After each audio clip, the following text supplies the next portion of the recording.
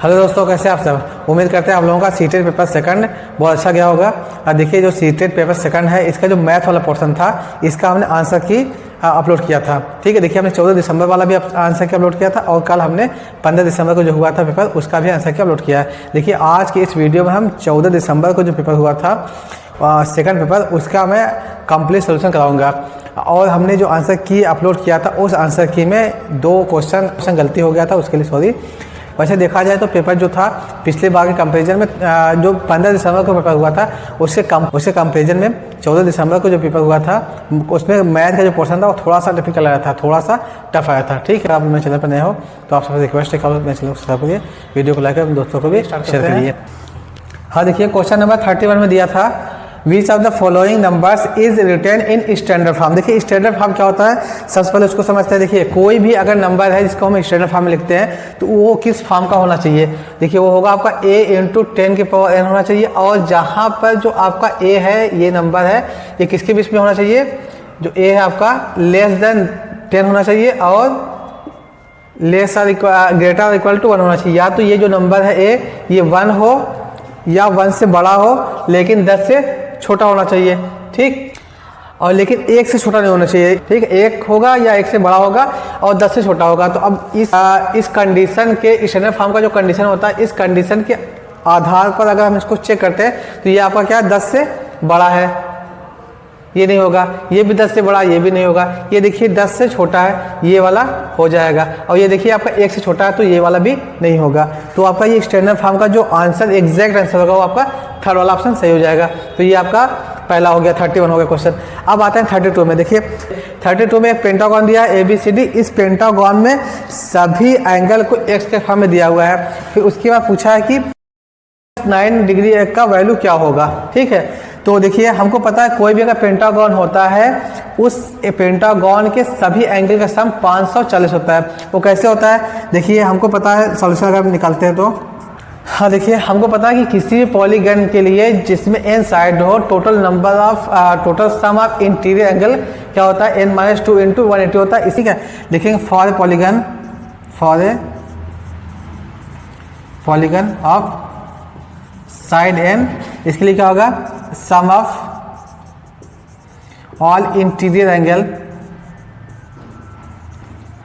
ये आपका होता है n-2 इंटू 180 डिग्री होता है। ठीक, अब देखिए पेंटागन है तो यहाँ पे हमको मिल जाएगा n की जगह पे 5 दिया हुआ है, यहाँ 5 रखेंगे तो 5 - 2 गुणे 180, ये हो जाएगा 3 गुणे 180। अब 3 का मल्टीप्लाई करेंगे 180 में तो हो जाएगा 18 × 54 हो जाएगा। मल्टीप्लाई करेंगे 18 × 54 हो जाएगा, 540 हो जाएगा। ठीक है, तो ये किसी भी पेंटागन के सभी इंटीरियर एंगल का सम 540 होगा। अब देखिए इसमें सभी एंगल दिया हुआ है तो सभी एंगल को सम करके हम 540 के इक्वल ला देंगे। ठीक, अब देखिए angle A plus angle B plus angle C plus angle D plus angle E equal to 540 भी होना चाहिए। अब एंगल A आपका दिया है 2x plus 9 plus angle B दिया 2x प्लस 1, एंगल C दिया 2x minus 1 plus angle D है 2x प्लस 5 है प्लस एंगल ये 2x माइनस 4 इक्वल टू 540। अब देखिए इसमें क्या क्या कट रहा है उसको देख लेते हैं पहले हम। देखिए यहाँ पे आपका +1 है, यहाँ -1 है, ये कट जाएगा इससे। अब जोड़ते हैं, ये 2 4 6 8 10 हो जाएगा। यहाँ मिला आपको 10x, फिर प्लस का साइन लगा देते हैं हम। ये 9 है, 9 × 5 14 हो जाएगा। 14 में से 4 घटाएंगे तो 10 हो जाएगा, 10 बराबर 540। इधर लेकर आएंगे हम, अगर हम इसको इधर लेकर आते हैं तो हो जाएगा आपका 10x बराबर 540 माइनस 10 घटा देंगे तो हो जाएगा ये 530। और यहाँ पर 10x है तो यहाँ से x की वैल्यू निकाल लेंगे तो 530/10 काट देंगे, मिल जाएगा 53। ठीक है, तो x का जो मान आ गया वो x बराबर आ गया आपका 53। x का मान आ गया 53। अब देखिए हमको क्या निकालना, 2x प्लस 10 निकालना। गलती से हमने 9 लिख दिया यहाँ पर, तो ये आपका हो जाएगा 2x प्लस 10 इक्वल टू, यहाँ देखिए 2 × 53 प्लस 10 106 हो जाएगा प्लस 10 ये हो जाएगा आपका 116 और 116 आपका ऑप्शन नंबर थर्ड वाला ये सही है। ठीक है, तो आपको ये क्वेश्चन नंबर 32 भी समझ में आ गया होगा। अब हम क्वेश्चन नंबर 33 लेते हैं। हाँ देखिए 33 में दिया कि which of the following is the most appropriate feature of mathematics text book at elementary level. देखिए इस क्वेश्चन में ये बोला है कि प्राइमरी लेवल पर जो मैथमेटिक्स का टेक्स्ट बुक होता है उसमें कौन सा ऑप्शन सबसे उपयुक्त है या कौन सा सबसे उपयुक्त सबसे अच्छा माना जाएगा कि प्राइमरी लेवल का जो बुक है उसमें किस टाइप का क्वेश्चन या किस टाइप लिखा जाए जिससे कि वो उस लेवल के बच्चों के लिए बिल्कुल परफेक्ट हो। ठीक है, या सबसे ज़्यादा परफेक्ट हो, प्रभावशाली हो। ये क्वेश्चन बोला है। पहला कि concept should be presented from concrete to abstract. पहले में बोला है कि जो उसका कॉन्सेप्ट हो मैथमेटिक्स का वो कैसा हो, कॉन्क्रीट टू, देखिए कॉन्क्रीट मीन्स होता है ठोस और ऑब्स्ट्रैक्ट मीन्स होता है अमूर्त। ठीक, ठोस का मतलब ये हुआ कि जैसे बुक में ऐसा कुछ लिखा है कि जिससे कि बच्चे प्रैक्टिकली सोच करके या फिजिकली उसको टच करके उसके बारे में मैथमेटिक्स के कॉन्सेप्ट के बारे में समझ सके, उसके बाद फिर लॉजिकल थिंकिंग बच्चों के अंदर डेवलप किया जाए। ये क्वेश्चन में बोला है, ये तो बिल्कुल सही लग रहा है, अभी इसको हम छोड़ देते हैं। ठीक है, फिर आते हैं सेकंड वाले पर। The language of the book must be highly precise and technical. ये वाला गलत होगा क्योंकि देखिए अगर जो लैंग्वेज है बुक का वो बहुत ज़्यादा टेक्निकल हो जाए तो बच्चों को समझ नहीं आएगा। ठीक है, टेक्निकल मीन्स होता है कि पहली बात तो जो लैंग्वेज होना चाहिए वो बिल्कुल आसान होना चाहिए और प्रैक्टिकली होना चाहिए। प्रिसाइज मीन्स होता है सटीक। ठीक है, अगर बिल्कुल सटीक हो और ज़्यादा टेक्निकल हो तो बच्चों को कम समझ में आएगा, इसलिए सेकंड वाला ऑप्शन सही नहीं होगा। थर्ड क्या है, book must contain a lot of similar question to practice. ये वाला पॉसिबल हो सकता है, लेकिन एक ही टाइप का अगर हम क्वेश्चन बच्चों को बहुत सारा दे दें तो बच्चों के अंदर एक ही टाइप का कॉन्सेप्ट डेवलप हो जाएगा। जो थिंकिंग है इसके अंदर कमी आ सकती है। तो या जो सबसे उपयुक्त है उसके कंडीशन उसके अकॉर्डिंग ये थोड़ा सा होगा सही, लेकिन इसको भी अभी गलत कर देते हैं। थर्ड फोर्थ क्या, concept should be presented from complex to simple. ये भी पॉसिबल है, मतलब ऐसा ये कह रहा है कि चौथे वाले ऑप्शन में कि जो कॉन्सेप्ट होगा बुक का वो बहुत ही कॉम्प्लिकेटेड, मतलब बहुत घुमा फिरा करके फिर उसके बाद आसान, मतलब पहले टफ क्वेश्चन से कठिन क्वेश्चन फिर आसान क्वेश्चन की तरफ लेके जाए, जो कि किसी बुक के लिए ये सही नहीं होता। खासकर उस लेवल के बच्चों के लिए, प्राइमरी लेवल के बच्चों के लिए इस टाइप का बुक भी नहीं समझ आएगा क्योंकि पहले ही टफ क्वेश्चन आ जाएगा, बच्चा देखकर घबरा जाएगा, कर नहीं पाएगा। ठीक है, तो ये आपका तीनों गलत है। आपको ये पहला वाला ये सही है। इसमें बस यही इसलिए क्यों सही है क्योंकि देखिए यहाँ पर जो कॉन्क्रीट है, कॉन्क्रीट का मतलब होता है ठोस और ऑब्स्ट्रैक्ट मीन्स होता है अमूर्त। इसको समझिए, जैसे ठोस मतलब क्या हुआ, अगर हमने बच्चों को 4 5 6 पेंसिल दे दिया या पेन दे दिया काउंट करने के लिए, तो वो बच्चा जो है ठोस चीज़ों को लेकर समझ करके और फिर दिमाग में एक अंडरस्टैंडिंग बैठाएगा कि हाँ ये 1 है 2 है 3 है। उसके बाद फिर जब हम नंबर्स को लेकर जाएंगे, 2 + 2 = 4 हो गया, तो बच्चा थोड़ा समझेगा तो क्या करेगा, जो उसने ठोस से या जो प्रैक्टिकल करके वो ऑब्जर्व किया होगा, समझा होगा, उस चीज़ को वो कनेक्ट करके फिर नंबर्स को भी जोड़ने की कोशिश करेगा। ठीक है, तो इसलिए आपका जो पहला वाला ऑप्शन है सबसे ज़्यादा उपयुक्त है। यही आपका आंसर नंबर फर्स्ट होगा। तो ये आपका क्वेश्चन नंबर 33 भी हो गया। अब क्वेश्चन नंबर 34 लेते हैं। हाँ देखिए क्वेश्चन नंबर 34 में दिया कि a sum of ₹8,000 become ₹9,500 at 7.5% पर annum in X year. X साल नहीं दिया, ठीक है, एक साल में 8,000 रुपया 9,500 रुपया बन जा रहा है 7.5% की दर से। 8,000 रुपया जो है आपका 9,500 बन जा रहा है एक ईयर में, साल नहीं पता हमको, एट सिंपल इंटरेस्ट साधारण ब्याज पर। ठीक है, what will be the amount of sum in the same time at 20% per annum if interest is compounded yearly. तो बोला है कि सेम टाइम के लिए और सेम अमाउंट जितना पैसा था हमने लगाया था 8,000 रुपया, ये 20% ब्याज के दर से कंपाउंड इंटरेस्ट पर उतने ही साल में, जितने साल में ये जो आपका 8,000 था 9,500 बना था, वो कितना पैसा हो जाएगा। ठीक, सबसे पहले क्या दिया है, जो आपका अमाउंट है, पहले पैसा इतना था, आप कितना हो गया, इतना बन गया। तो सबसे पहले निकालेंगे हम सिंपल इंटरेस्ट बराबर कितना हो जाएगा, जो अमाउंट होता है माइनस प्रिंसिपल। तो आपका सिंपल इंटरेस्ट हो जाएगा अमाउंट 9,500 माइनस 8,000, घटा देंगे 1500। तो 1500 रुपये आपका सिंपल इंटरेस्ट हो गया, बढ़ गया। और जो रेट दिया था आज 7.5% की दर से बढ़ा है। और कितना टाइम में बढ़ा, टाइम इक्वल टू x दिया है, ये हमको निकालना है। ठीक है, तो हमको पता है सिंपल इंटरेस्ट का जो फार्मूला होता है वो simple interest equal to PRT/100 होता है। P मीन्स प्रिंसिपल, मतलब मूलधन, इसे हम लिखते हैं मूलधन गुणे दर गुणे समय बटे 100। ठीक है, वहाँ से हो गया। अब सिंपल इंटरेस्ट आपका कितना 1500 है। पी प्रिंसिपल कितना था, आपने 8000 रुपये जमा किया था, गुणे और टाइम कितना है 7.5 पर, रेट कितना है 7.5% है, टाइम हमको नहीं पता x से /100। ये 2 जीरो कट गया, 1 जीरो इसको काट देंगे हम। और फिर बचेगा कितना, ये 15 150 हो जाएगा इधर, और इधर बचेगा 8 बचेगा। 8 का मल्टीप्लाई करेंगे, 8 5 40, हाथ लगा 4, 8 7 56, 56 4 60 हो जाएगा। एक के बाद पॉइंट है, एक पॉइंट यहाँ पर लगा दिया हमने, यहाँ पर हो जाएगा आपका x। तो जो x का माना जाएगा 150/60, इसको काट देंगे तो ये हमको मिल जाए। अब ये इसको काटेंगे तो 15 3 9 6, ये आपका आ जाएगा 5/2 आ जाएगा। या फिर हम इसको लिखते हैं 2 होल 1/2 लिखते हैं। ये इतना साल हो गया, मतलब कहने का कि 2.5 साल में जो आपका वो सिंपल इंटरेस्ट के बेस पर आपका 950 रुपया 9500 हो गया था। ठीक है, तो हमको टाइम मिल गया। अब इसी अमाउंट पर मीन्स 8000 रुपये पर ही हमको कंपाउंड इंटरेस्ट के हिसाब से 20% ब्याज की दर से कितना अमाउंट होगा उसको निकालना है। ठीक, अब देखिए इस केस में जो अमाउंट है आपका, रेट कितना आपका 20% है, टाइम कितना मिला हमको 2.5 साल मिल गया।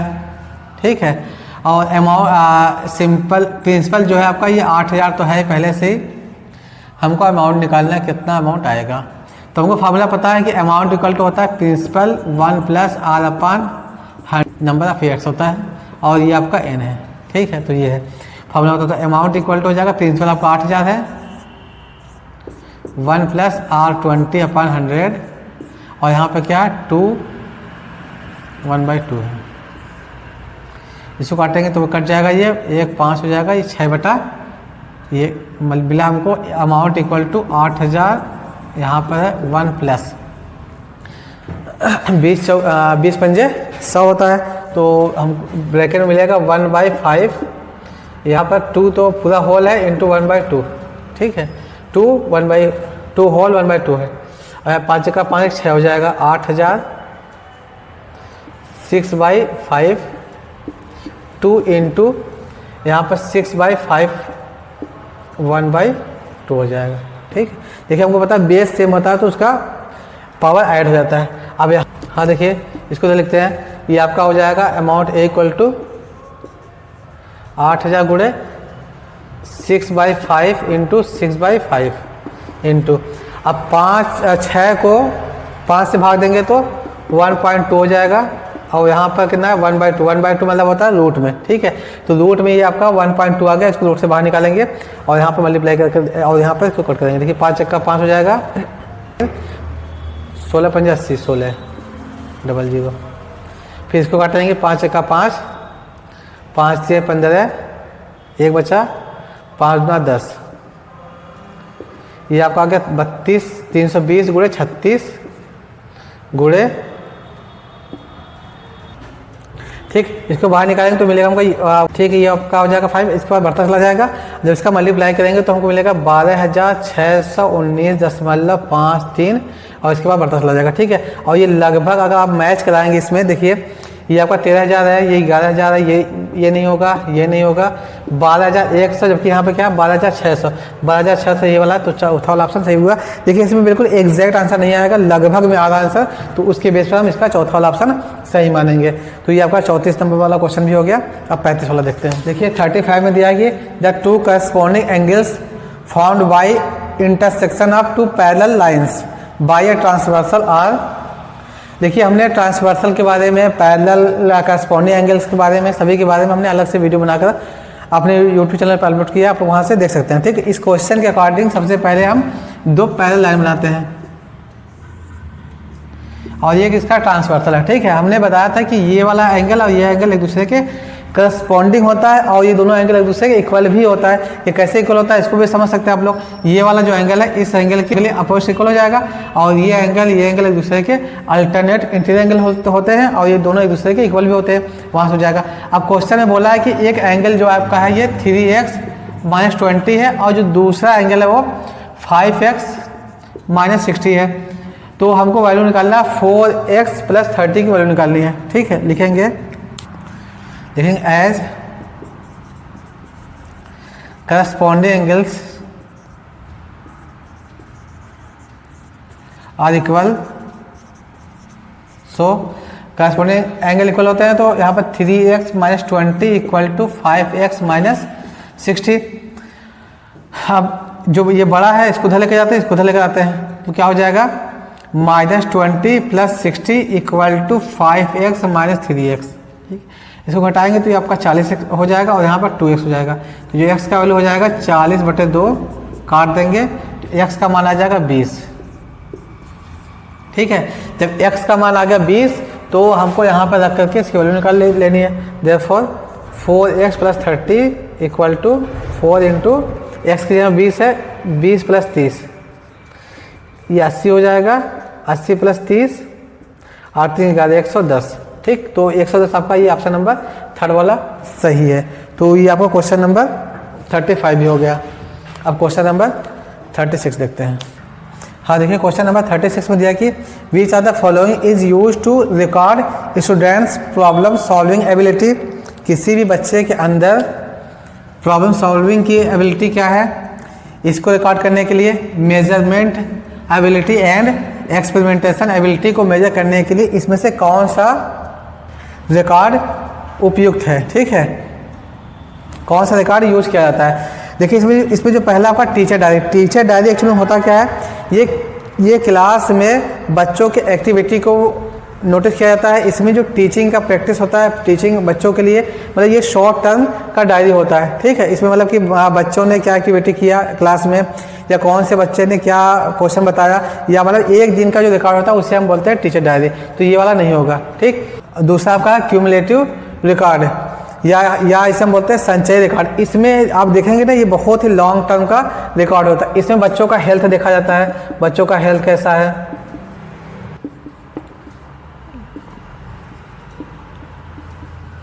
बच्चे ने क्या क्या एक्टिविटी किया, मतलब पूरा अगर देखा जाए बहुत ही लॉन्ग टर्म का रिकॉर्ड होता है। इसमें बच्चों का हेल्थ हो गया, उसका करिकुलम हो गया, बच्चों का के अंदर क्या प्रोग्रेस हुआ तो नोटिस करने के लिए एक अलग से रिकॉर्ड बनाया जाता है, उसे हम बोलते हैं क्यूमुलेटिव रिकॉर्ड। ठीक है, तो ये आपका बहुत ही ब्रॉड रेंज होता है इसका, तो ये वाला भी नहीं होगा। और थर्ड आता है आपका रिपोर्ट कार्ड। रिपोर्ट कार्ड में आप लोग देखेंगे कि बच्चों का जो असेसमेंट होता है इसमें मार्क्स दिखाता है।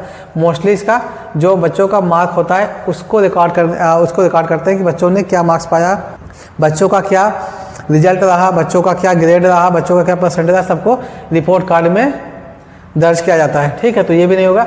बच्चा जो आपका है चौथा वाला एनेक्डोटल रिकॉर्ड, इसी में होता है। देखिए इस वाले रिकॉर्ड में आपका बच्चों का जो प्रॉब्लम सॉल्विंग मेजरमेंट है ये आएगा, बच्चों के अंदर जो प्रॉब्लम सॉल्विंग की एबिलिटी होती है वो आएगा, मेजरमेंट एबिलिटी भी आता है, एक्सपेरिमेंटेशन एबिलिटी आता है। जितनी भी बच्चों के अंदर एबिलिटी होती है सबको हम इसमें रखते हैं। एनेक्डोटल रिकॉर्ड, उपाख्यानात्मक रिकॉर्ड बोलते हैं या एनेक्डोटल रिकॉर्ड बोलते हैं। ठीक, तो इसको इसमें रखा गया है। तो ये जो आपका ऑप्शन नंबर 4 है यही सही होगा। ठीक, तो आपका ये क्वेश्चन नंबर 36 भी हो गया। अब हम क्वेश्चन नंबर 37 लेते हैं। हाँ देखिए क्वेश्चन नंबर 37 में दिया कि the distance between the two parallel sides AB and CD of A trapezium ABCD is 12 centimetre. तो ये ट्रेपेजियम की बात कर रहा है, तो सबसे पहले हम एक ट्रेपेजियम बना लेते हैं। देखिए ये आपका एक ट्रेपेजियम बन गया। अब इस ट्रेपेजियम में बोला है कि देखिए उसके बाद if AB greater than AB is less than CD, मतलब CD जो है आपका बड़ा है तो हमने इसको C मान लिया, इसको D मान लिया और इसको मान लिया A, इसको मान लिया B। ठीक है, तो ABCD आपका एक ट्रेपेजियम हो गया। अब इस ट्रेपेजियम दोनों पैरेलल साइड के बीच का जो डिस्टेंस है वो ये आपका दोनों पैरेलल लाइन है AB और CD, इसका जो डिस्टेंस है वो 12 सेंटीमीटर है। ठीक। अब फिर क्वेश्चन में क्या बोला है कि if A D equal to B C equal to 13 centimetre, आपका बी सी 13 सेंटीमीटर है, ए डी भी 13 सेंटीमीटर है, और क्या दिया है सी डी जो है आपका ये 24 सेंटीमीटर दिया है, ये 24 सेंटीमीटर दिया है। ठीक है, तो जो कुछ दिया हुआ था उसको हमने यहाँ पे लिख दिया। अब इसमें बोला है कि इस ट्रेपेजियम का एरिया क्या होगा। हमको पता है किसी भी ट्रेपेजियम का एरिया क्या होता है 1/2 sum of the parallel side into distance between the two parallel sides, ये आपका एरिया होता है। तो इसके लिए देखिए क्या क्या चीज़ दिया हुआ, हमको क्या निकालना है उसको भी देख लेते हैं। ठीक, देखिए इसमें ये आपका 12 सेंटीमीटर, ये 13 सेंटीमीटर है। तो यहाँ से हम अगर ये परपेंडिकुलर लाइन यहाँ खींच रहे हैं, ये परपेंडिकुलर लाइन है, अगर हमने इसको मान लिया कि आपका ए है, तो ये जो ट्रायंगल बना हुआ है, ये ट्रायंगल कौन सा बी सी ई, इस ट्रायंगल में एक 13 सेंटीमीटर है 90 के सामने हाइपोटेनस, और बी सी 12 सेंटीमीटर, हमको सी ई आसानी से निकाल सकते हैं। जब सी निकाल लेंगे क्योंकि ये इक्वल है, तो वैसे ही ये भी आपका 12 सेंटीमीटर है, ये 13 सेंटीमीटर, अगर हमने इसको मान लिया एफ मान लिया, ठीक है, तो एफ डी भी सेम लेंथ का हो जाएगा। ठीक, तो हम आसानी से इसका एरिया निकाल सकते हैं। तो लिखेंगे in triangle B C E, B C का square equal to C E square plus B E square. देखिए आपका ये बी सी आपका 13 है, 13 का स्क्वायर हो जाएगा, सी ई हमको नहीं पता, प्लस बी सी है 12 है, 12 का स्क्वायर। अब 13 का स्क्वायर करेंगे तो 169 हो जाएगा, equal to C E plus 12 का स्क्वायर 144 हो जाएगा। इसको तो ट्रांसफर कर देंगे तो 169 में से 144 घटाएंगे तो मिलेगा 25 सी स्क्वायर। ठीक, तो यहाँ पर सी ई होगा आपका अंडर रूट में 25, इसको बाहर निकालेंगे तो हो जाएगा 5 सेंटीमीटर।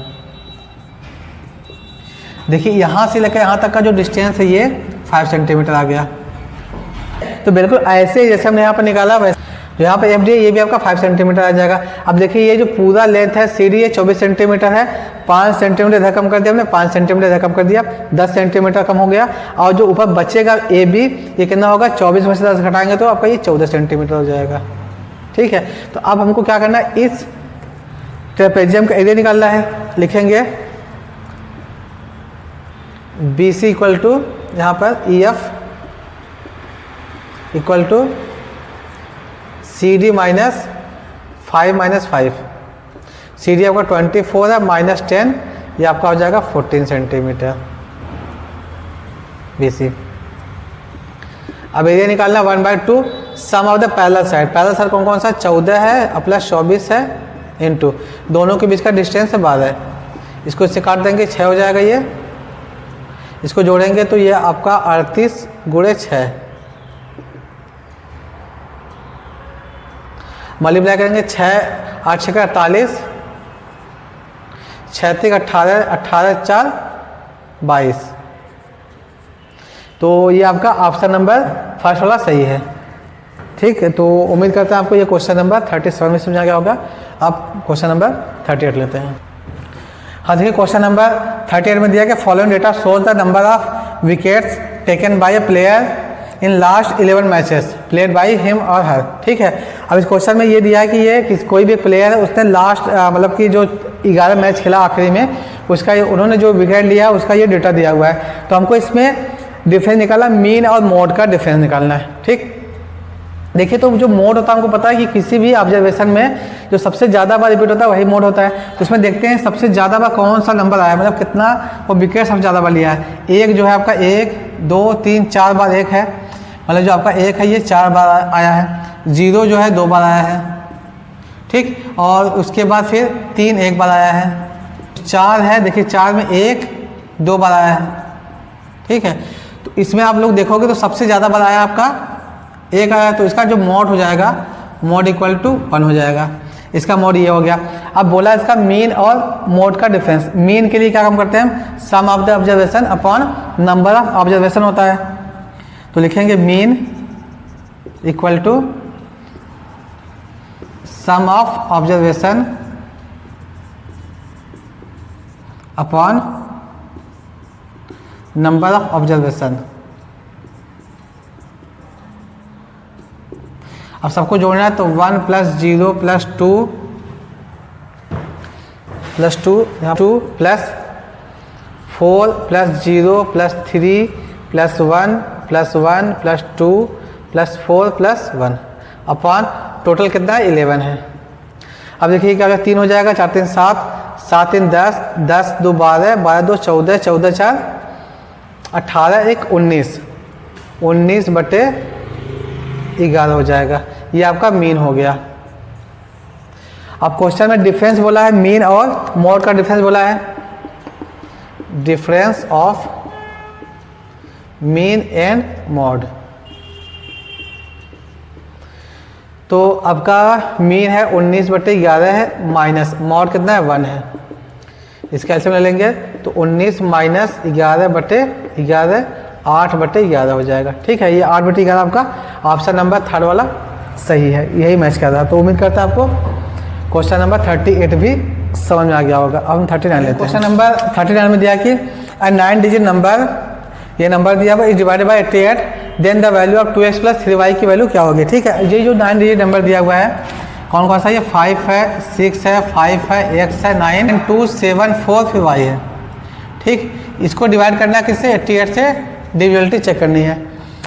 यहाँ तो हो गया। अब देखिए ये 88 से डिविजिबल होना चाहिए, इसका मतलब क्या हुआ, हमने बताया था कि 88 या किसी भी नंबर से डिविजिबिलिटी चेक करने के लिए क्या करते हैं, जो नंबर दिया था उसको फैक्टर करते हैं। उसका फैक्टर करेंगे तो 8 × 11 हो जाएगा। तो इसका मतलब क्या हुआ कि ये जो नंबर है 8 से भी डिविजिबल होना चाहिए और 11 से भी डिविजिबल होना चाहिए। और हमने बताया था कि 8 से डिविजिबिलिटी चेक करने के लिए हम लास्ट का 3 नंबर उठाते हैं। अगर ये तीनों नंबर 8 से डिविजिबल है तो पूरा नंबर जो नंबर 9 डिजिट का दिया हुआ पूरा का पूरा नंबर भी 8 से डिविजिबल हो जाएगा। तो यहाँ पर 7 4 y है। ठीक है, अब हम y की जगह पर क्या रखें कि ये नंबर 8 से डिवाइड हो जाए। अगर ये 74 है, इसको हमने डिवाइड कर दिया 8 से, सपोज 8 9 या 72। ठीक है, ये हो जाएगा 72, यहाँ बचेगा 2। अब y की जगह पर हम क्या रखें कि ये 8 से डिवाइड हो जाएगा। 1 रखेंगे तो नहीं डिवाइड होगा, 2 रखेंगे तो, अगर 2 रखेंगे तो क्या मिलेगा हमको 22, तभी डिवाइड नहीं होगा। 3 रखेंगे तभी डिवाइड नहीं होगा। अगर हम y की जगह पर इफ y इक्वल टू हम 4 रख देते हैं यहाँ पर, सब अगर हमने यहाँ पर 4 रख दिया, यहाँ 4 रख दिया तो 24, तो 8 24। ठीक है, तो ये आपका पूरा कट जाएगा। इसका मतलब क्या हुआ कि y की जगह पर अगर हम 4 रखेंगे तो ये जो नंबर है आपका पूरा का पूरा 8 से डिविजिबल हो जाएगा। तो y का तो मान मिल गया हमको। जब y का मान मिल गया तो अब हमको क्या करना है, x का मान निकालना है। और हमने बताया था कि 11 से डिविजिबिलिटी के लिए जो भी नंबर होता है उसके इवन प्लेस पर सभी नंबर को जोड़ते हैं और जो ऑड प्लेस पर नंबर होता है सबको जोड़ते हैं। सबको जोड़ने के बाद देखते हैं वो 11 से डिविजिबल है या नहीं। अगर 11 से डिविजिबल होता है तब पूरा नंबर 11 से डिविजिबल होगा। अब इसमें देखिए आपका ये यहाँ पर क्या आ गया, 4 आ गया। तो जो नया नंबर बना है 565x 92744 हो गया। ठीक है, ये आपका नया नंबर बन गया। अब इसमें ऑड प्लेस की बात करते हैं। इकाई पर ये, फिर ये आएगा, फिर ये आएगा, इस सबको जोड़ेंगे तो 5 है प्लस यहाँ 5 है प्लस 9 है प्लस 7 है प्लस 4 है। इसको जोड़ के देखते हैं, 10 हो जाएगा, 10 9 19, 19 7 26, 26 4 30, ये 30 हो गया। अब फिर इसका जो इवन प्लेस पर इसको जोड़ते हैं, ये और फिर ये एक एक छोड़ करके, ये आपका ऑड प्लेस के लिए हो गया, ऑड प्लेस। फिर इवन प्लेस वाला देखते हैं, ये आपका 6 है प्लस x है प्लस 2 प्लस 4, तो ये क्या हो जाएगा 6 दूना 12 प्लस x हो जाएगा। ठीक, अब दोनों का डिफरेंस निकालते हैं हम। तो सबसे पहले आपका 30 है ये और फिर यहाँ पर 12 है, तो डिफरेंस निकालेंगे। डिफरेंस 30 माइनस 12 माइनस x मिल जाएगा। 30 में से 12 घटाएंगे तो ये आपका 18 माइनस x मिलेगा। ठीक है, तो ये जो नंबर मिला आपको 18 माइनस x मिला। अब 18 माइनस, तो x की जगह पर हम क्या नंबर रखें कि ये जो आपका 18 माइनस x में x की जगह पर क्या नंबर रखेंगे कि ये जो नंबर है ये 11 से कट जाए। ठीक है, तो अगर x की जगह पर 1 रखेंगे तो ये 17 हो जाएगा, 2 रखेंगे तो 16 हो जाएगा, 3 रखेंगे तो 15 हो जाएगा, 4 रखेंगे तो 14 हो जाएगा और 5 रखेंगे तो 13 हो जाएगा, 6 रखेंगे तो 12 हो जाएगा, 7 रखें अगर हम x की जगह पर 7 रखें तो 18 माइनस 7 बराबर हो जाएगा आपका 11 और ये 11 से कट जाएगा। तो ये आपका हिट एंड ट्रायल मेथड है। तो x की जगह पर हमको मिल गया 7 और y की जगह पर मिल गया हमको 4। अब 7 y की जगह पर 3 रख कर चेक करते हैं हम। तो इसमें 2 × x की जगह पर क्या मिला 7 प्लस 3 इंटू वाई की जगह पर 4 मिला है, तो ये आपका हो जाएगा 14 प्लस 12, 14 प्लस 12 हो जाएगा 26। ठीक है, तो ये आपका ऑप्शन नंबर सेकंड वाला सही होगा। उम्मीद करता है आपको ये 39 वाला क्वेश्चन भी समझ आ गया होगा। अब हम 40 नंबर का क्वेश्चन लेते हैं। हाँ देखिए, क्वेश्चन नंबर 40 दिया कि many occupation such as accountancy, banking, shopkeeping, tailoring etc requires mathematics directly और indirectly. This is an explanation of value of the mathematics. देखिए, हमको पता है कि हम मैथमेटिक्स अपने डेली लाइफ में हर जगह देखते हैं। ठीक है, चाहे आपका शॉपकीपर कैलकुलेट करने के लिए मैथमेटिक्स का यूज़ करता है, चाहे कोई टेलर वो भी कपड़े को मेजर करके उसी हिसाब से काटता है, उसको सिलता है, तो हर जगह मैथमेटिक्स का यूज तो हम लोग डेली लाइफ में यूज करते हैं और देखते भी है। तो ये बोला है कि इसमें से जो 4 ऑप्शन है इसमें से कौन सा सही बैठ रहा है, इसमें कौन सा होगा कि ये मैथमेटिक्स का जो हम लोग यूज़ करते हैं ये कौन से एक्सप्रेशन को सही शो कर रहा है। देखिए, पहला क्या है, प्रोफेशनल में क्या होता है कि जैसे बैंकिंग हो गया आपका, या फिर किसी बिजनेस को कर रहे हैं, या फिर कहीं मैथमेटिक्स का हाई लेवल में यूज़ कर रहे हैं, कोई पुल बना रहे हैं, मतलब कि प्रोफेशनल वे में व्यवसायिक रूप में भी इसका इस्तेमाल होता है, ये हो सकता है। दूसरा क्या है, डिसिप्लिनरी, इसमें तो डिसिप्लिन को मेंटेन करने के लिए मैथमेटिक्स का कोई खास यूज़ नहीं है। फिर क्या, कल्चरल वाला भी सिस्टम नहीं है। और दूसरा क्या है, यूटिलिटेरियन, इसे हम बोलते हैं उपयोगितावाद, इसे बोलते हैं हम व्यवसायिक। ठीक है, तो इन दोनों में जो हम डेली लाइफ में मैथमेटिक्स यूज़ करते हैं उसमें ये भी है और ये भी है। पहला और चौथा वाला ऑप्शन सही हो सकता है, लेकिन यहाँ पर इसके हिसाब से अगर देखा जाए तो सबसे जो बेस्ट ऑप्शन होगा वो आपका ये चौथा वाला ऑप्शन होगा। इसे हम बोलते हैं उपयोगितावाद, उपयोगितावाद।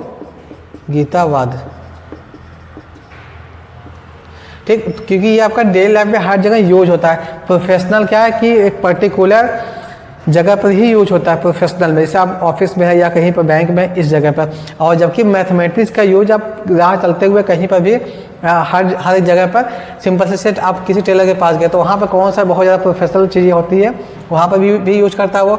और किसी आप दुकान पर चले गए तो वहाँ पर कौन सा बहुत ज़्यादा प्रोफेशनल लोग होते हैं, मोस्टली अगर रेहड़ी पटरी वाला दुकान हो या इस टाइप का छोटा मोटा दुकान हो, तो सबसे जो बेस्ट ऑप्शन है वो आपका यूटिलिटेरियन वाला होगा या उपयोगितावाद होगा। ठीक है, तो मेरे ख्याल से सबसे जो बेस्ट ऑप्शन होगा वो चौथा वाला ऑप्शन सही होगा। तो ये आपका क्वेश्चन नंबर 40 भी हो गया। अब क्वेश्चन नंबर 41 लेते हैं। देखिए, क्वेश्चन नंबर 41 में दिया है कि O is a point on line AB, rays OC and OD are drawn on the same side of AB such that OC is perpendicular to OD। ठीक, अब इस क्वेश्चन के अकॉर्डिंग सबसे पहले हम फिगर बनाते हैं। देखिए, आपका एक लाइन है AB, इस लाइन पे कोई पॉइंट O है। ठीक, अब यहाँ पे बोला है कि रे OC हमने मान लिया आपका ये है, ये C है, और फिर क्या बोला OD, ये दोनों एक दूसरे से 90 डिग्री का एंगल बना रहे हैं, ये हमने माना D। ठीक, अब क्वेश्चन में क्या बोला है कि एंगल AOC ये आपका x है और BOD आपका ये 3x है। तो हमसे बोला कि BOD इसकी वैल्यू क्या होगी। ठीक, तो उम्मीद करता है आपको ये क्वेश्चन समझ आ गया होगा। आसान सा क्वेश्चन है। देखिए, बाय लीनियर पेयर से तीनों का सम 180 डिग्री हो जाएगा, तो x प्लस 90 प्लस 3x बराबर 180। यहाँ आपका हो जाएगा 4x इक्वल टू 180 माइनस 90, ये आपका हो जाएगा 94x। तो x की जो वैल्यू आ जाएगी 90/4, इसको कैंसिल कर देंगे तो 45/2 हो जाएगा। ये x का वैल्यू आ गया 45/2। ठीक है, एंगल BOD और BOD आपका 3x है, तो यहाँ पे क्या हो जाएगा 3 × 45/2, और 45 का 3 से मल्टीप्लाई करेंगे तो हो जाएगा 135/2। और 135 का अगर हम इस फॉर्म में लिखें, मिक्स फ्रैक्शन फॉर्म में, तो 67.5 आ जाएगा। ठीक है, तो 65 गुना 130 होता है, उसका जस्ट 2.5 और ऐड कर देंगे तो 135 हो जाएगा। ठीक है, तो ये आपका ऑप्शन नंबर फर्स्ट वाला सही है। तो आपका ये क्वेश्चन नंबर 41 भी हो गया। अब क्वेश्चन नंबर 42 देते हैं।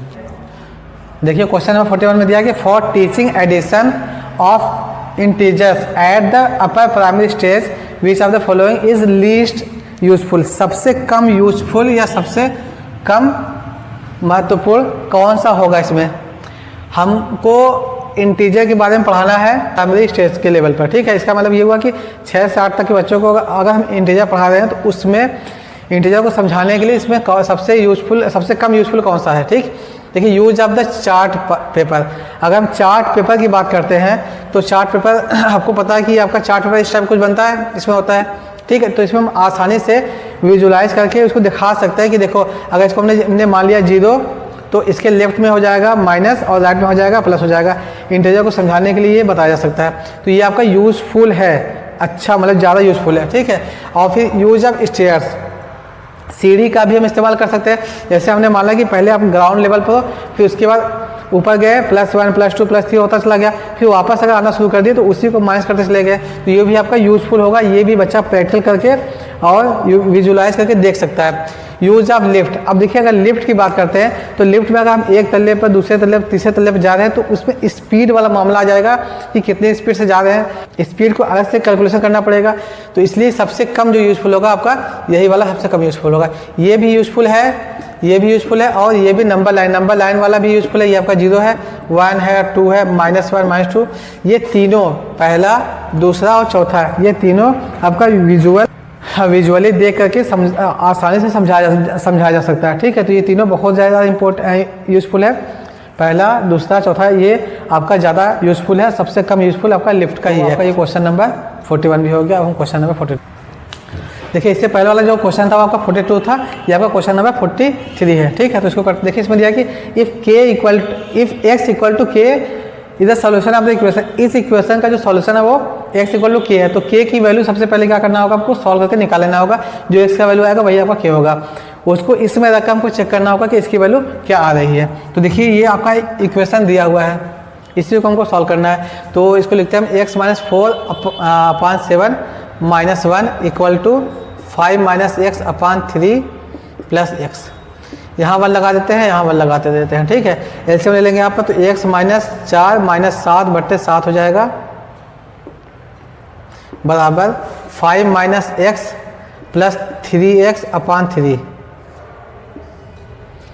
अब यहाँ पर देखिए आपका हो जाएगा x - 11 हो गया 7/11/7 इक्वल टू 5 + 2x अपान 3। अब क्रॉस मल्टीप्लाई कर देंगे तो ये आपका हो जाएगा 3x - 33 equal to 7 × 5 = 35 plus 7 × 14x। x वाले को एक साइड लेकर आते हैं, इधर इसको उधर लेकर आते हैं, इसको उधर लेकर आते हैं। 33 - 35 इक्वल टू 14x - 3x। अब इसको जोड़ेंगे तो मिलेगा हमको 8 और ये -68 बराबर यहाँ पर हो जाएगा आपका 11 हो जाएगा 11x। ठीक है, तो यहाँ से हम x की वैल्यू निकाल रहे हैं तो x इक्वल टू क्या हो जाएगा -68/11 हो जाएगा। और यही आपका k की equal, therefore k equal to -68/11।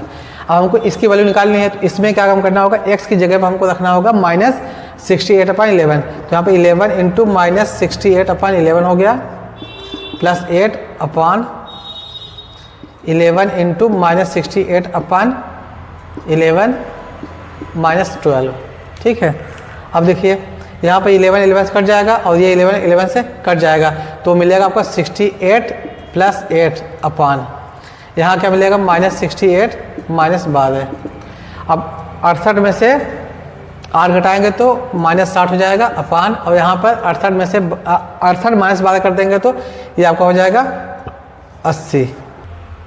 ये आपका 0 0 कट गया, इसको काटे, ये माइनस से कट गया 3, ये 4, 2 से काटेंगे 3/4 और 3/4 आपका ऑप्शन नंबर 3 वाला सही है। तो उम्मीद करता है आपको ये क्वेश्चन नंबर 43 में समझ आ गया होगा। अब हम क्वेश्चन नंबर 44 लेते हैं।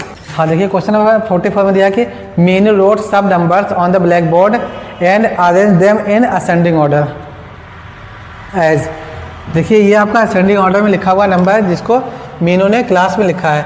2 है, फिर उससे बड़ा 7 है, फिर उससे बड़ा 12 है, उससे बड़ा 9 है, फिर उससे बड़ा 12 है। ठीक है, उसके बाद इसने क्या काम किया, इस नंबर सभी नंबर को -1/2 से मल्टीप्लाई कर दिया।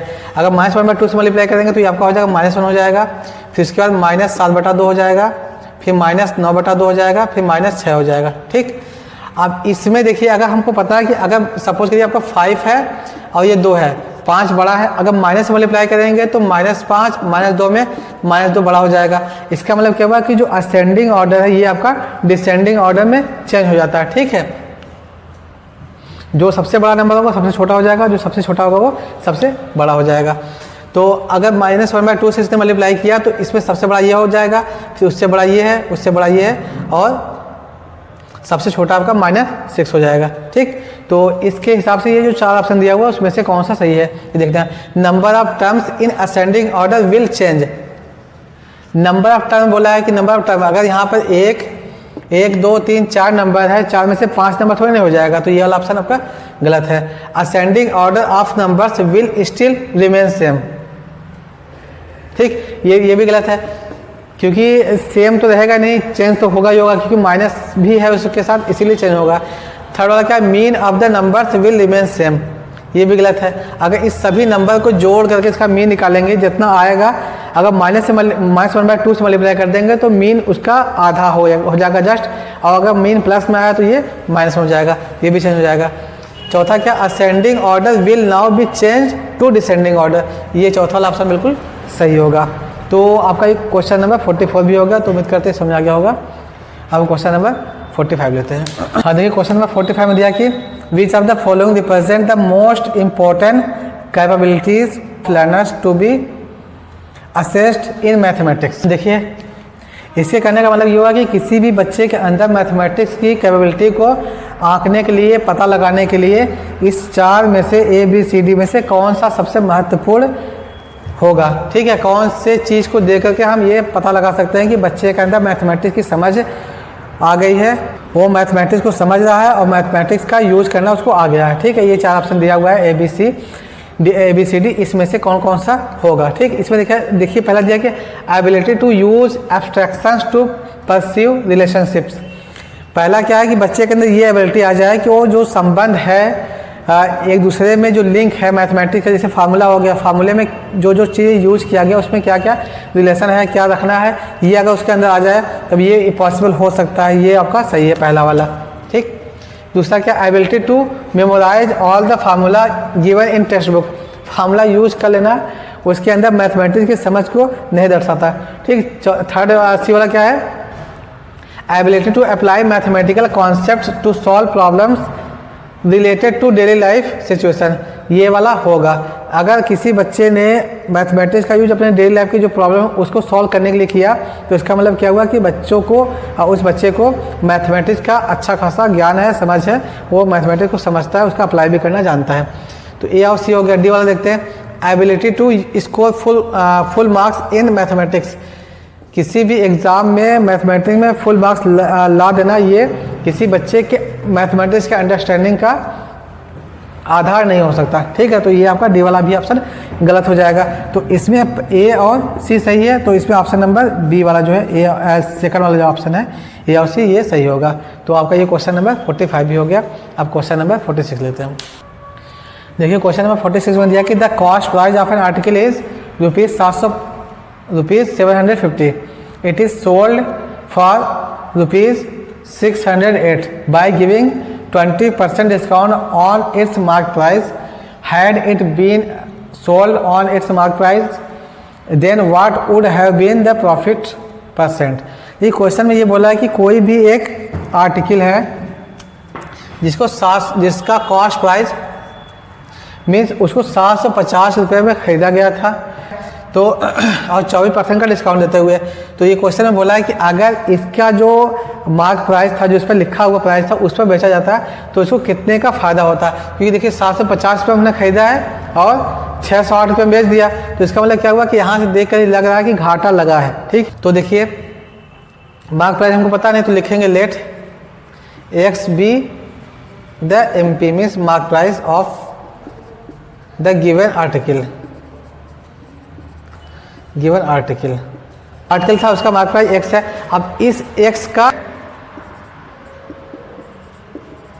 कम करके 608 रुपये में बेचा गया है। ठीक है, तो x माइनस हो जाएगा 24/100 x इक्वल टू 608। अगर इसे हम लगा कर इसको करेंगे तो मिलेगा आपका 100 में से 24 गया, 76 बचेगा। 76x/100 76x/100 equal to 608। अब यहाँ से x की वैल्यू निकालेंगे, x इक्वल टू 100 गुणे 608/76। देखिए अब इसको काटेंगे तो 76 को अगर काटेंगे, ये 76 बन जाए 76, तो ये आपका 8 बार में जाएगा। अब मल्टीप्लाई कर देंगे, और मल्टीप्लाई कर देंगे तो x का जो वैल्यू आ जाएगा आपका 800 आ जाएगा। ठीक है, तो इसका मतलब क्या हुआ कि जो ये ऑब्जेक्ट आर्टिकल था, इसका जो मार्क प्राइस लिखा गया था वो 800 लिखा गया था, उसको खरीदा गया था 750, बेचा गया 608 रुपये बेचा गया। तो देखिए अगर ये क्वेश्चन बोला है कि अगर उसी मार्क प्राइस पर जितना बेचा हुआ है, had it been sold on its mark price पर नहीं बेचा गया, पहली चीज़। दूसरी चीज़ बोला कि then what would have been the profit percent. ठीक है, अब देखिए क्वेश्चन में बोला कि अगर इसके मार्क प्राइस पर क्वेश्चन आर्टिकल को बेचा जाता तो उसको कितना बेनिफिट मिलता, फ़ायदा मिलता, प्रॉफिट होता। ठीक है, अब 800 रुपये था, 750 रुपये में खरीदा गया था। देखेंगे if it is sold on mark price that is 800, then profit percent कितना हो जाएगा आपका, तो हो जाएगा आपका 800 माइनस 750 बटे 750 इंटू 100। ठीक, अब इसको अगर कैंसिल करेंगे तो ये 0 कट गए यहाँ पर, इसको घटाएंगे तो 50 हो जाएगा ऊपर, 50 बटे 75 और ऊपर बचेगा 10, मतलब 500 हो जाएगा, ये 500 बटे 75 हो जाएगा। ठीक है, अब इसको काट के देखते हैं हम। देखिए इसको काटेंगे तो 25 गुना 50 हो जाएगा, 25 से 75 हो जाएगा, ऊपर बचेगा 20 बटे 3, और इसको लिखेंगे 36 18 2 3%। ये आपका पहला वाला ऑप्शन सही हो जाएगा। ठीक है, तो उम्मीद करते हैं आपको ये क्वेश्चन नंबर 46 भी समझ आ गया होगा। अब हम क्वेश्चन नंबर 47 लेते हैं। 47 है, इसमें दिया कि द वैल्यू ऑफ, इसका वैल्यू दिया वो सिंपल सा आपका एडिशन, सब्सट्रैक्शन और डिवीजन के मेथड पे होगा। इसका बस क्या करना है, सिंप्लीफाई करके इसका आंसर ला देना है। तो देखिए जो दिया हुआ है, इससे पहला क्या आपका 31096 को डिवाइड करना है किससे, जो ब्रैकेट के अंदर दिया है 2704 को 2 से भाग दे देना है, फिर प्लस का साइन लगाना है।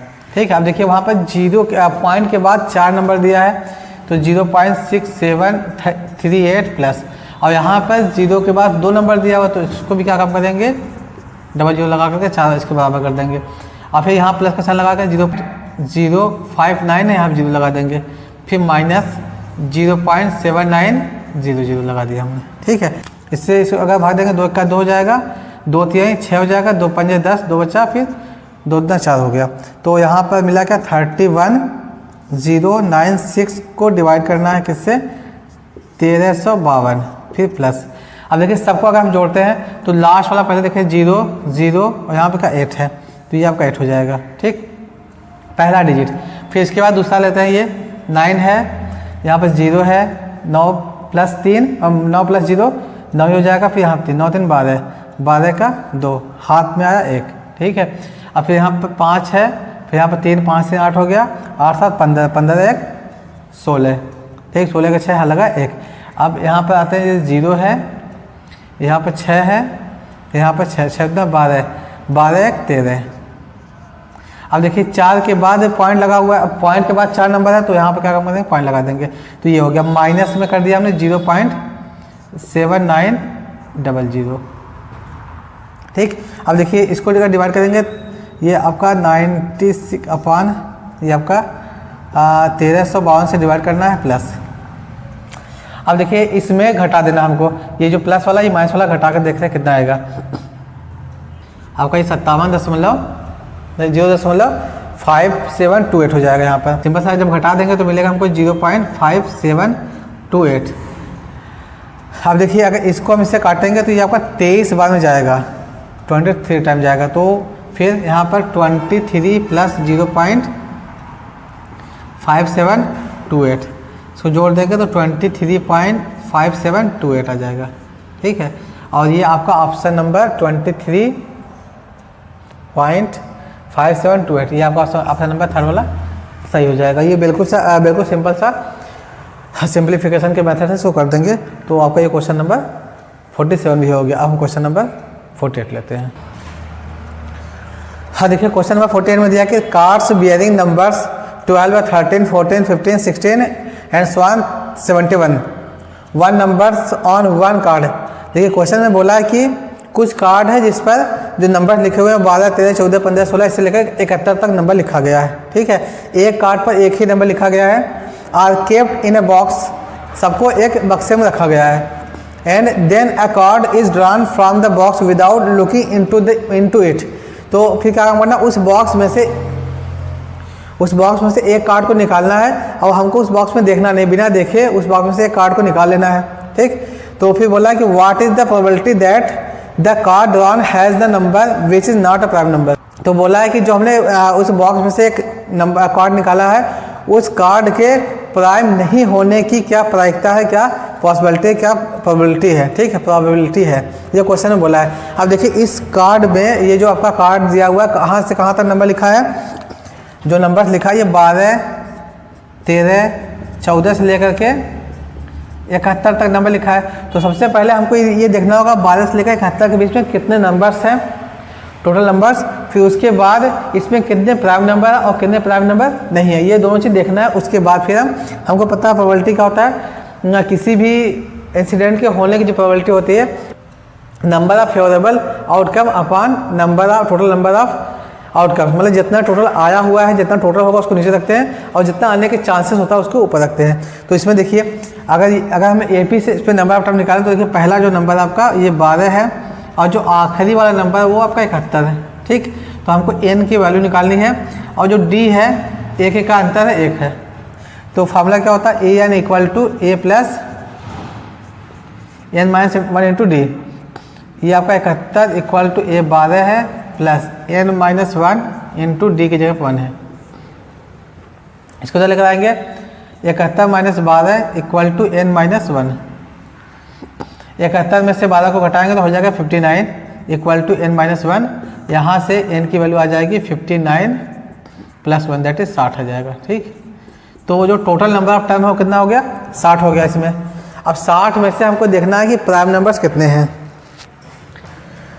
अब देखिए फिर लिखेंगे टोटल प्राइम नंबर्स